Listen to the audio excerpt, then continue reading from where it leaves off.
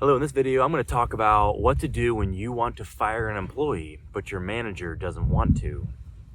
Well, this happened to me a couple years ago at one of my retail spaces, and we had hired this individual from a friend actually that was actually working for us, and we brought him on. The person did pretty good for the first couple months, but then this individual's attitude kind of went downhill. It kind of went south pretty quickly. And looking back, it probably had to do with what was going on in their personal life. And you want to help your staff as much as you can, but at some point you have to realize that you have to get rid of the bad apples essentially, and you have to let them go. Well, it was getting close to that time where this person's attitude and behavior was kind of having a negative effect on the rest of my staff. And you keep in mind, you hang out with your coworkers sometimes more than your family and even more than your friends. So keeping that healthy work balance is going to be pretty important. And I noticed that there was starting to become problems with this individual as it relates to their coworkers and the staff at my business. Well, I had gone up to my manager and said, hey, I think it's time to let this individual go. Well, my manager didn't want anything to do with it. In fact, the manager was very adamant that we keep this individual on. Persistent that we do. Well, and it kind of became a heated argument. And in order for me to keep the work balance good and everyone happy, I kind of let it slide. And I said, well, you're the manager, and if you think that's best, then we'll go ahead and keep them on.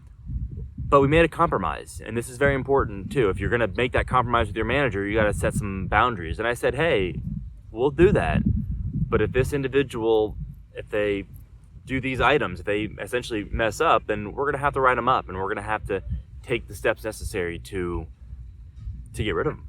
Well, a couple months later, this person did something against company policy, and we had to write them up. And of course, their attitude was not good, as you'd expect from getting written up. It's usually not good.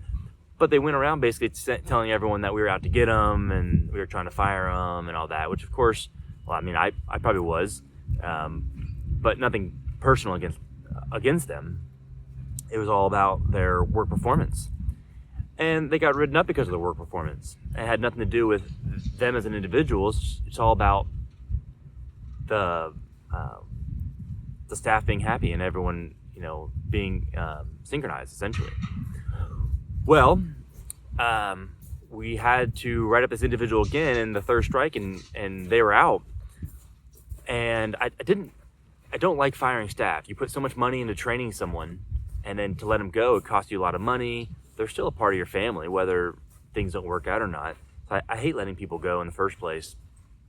Well, I decided to go up there one day and talk to this individual. Said, hey, here are my concerns, and I'd like for us to work out a solution that's best for everyone.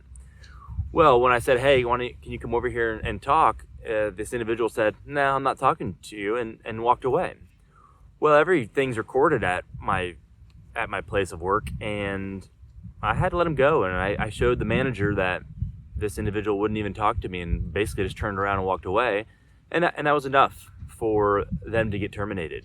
And I wanted to do it months ago. And in hindsight, I should have.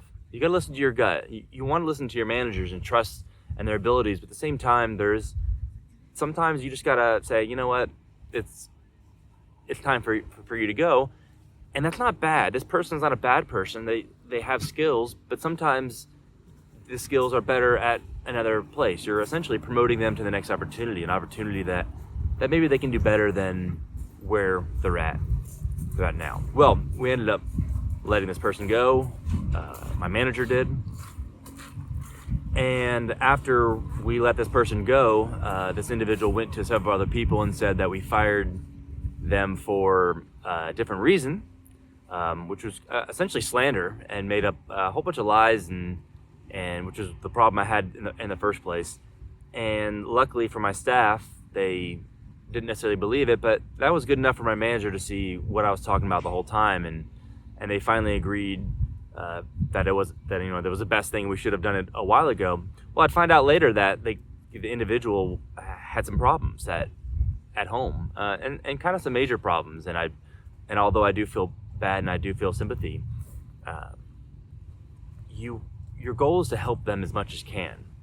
they have to help themselves as well, and they have to be willing to help, and they have to be willing to be a team player. And if they're not, it's time to let them go.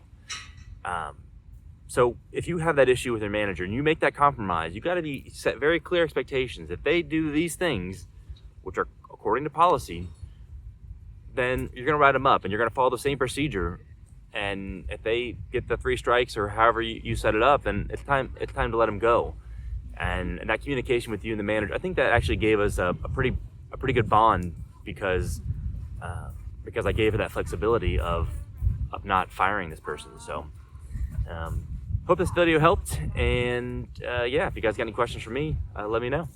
Talk to you in the next video.